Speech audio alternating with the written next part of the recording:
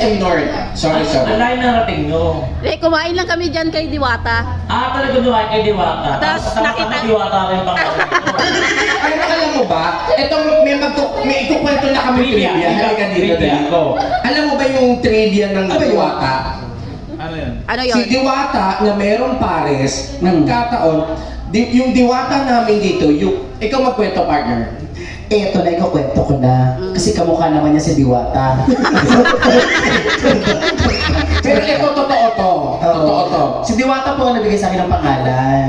Totoo? Ng Diwata. Ng Diwata. 2013 siya. Pero after ng Wawa, stop kasi siya ng Wawawin ng Channel 2 kay Willie Revillame. Di ba nagsarado yun?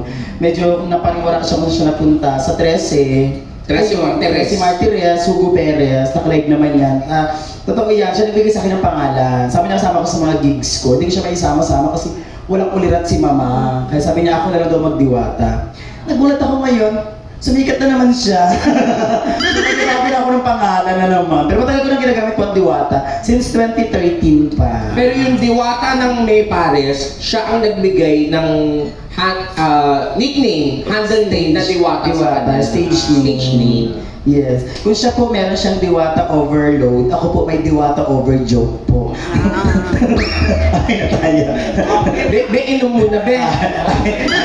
Kaya yun. Kaya tayo.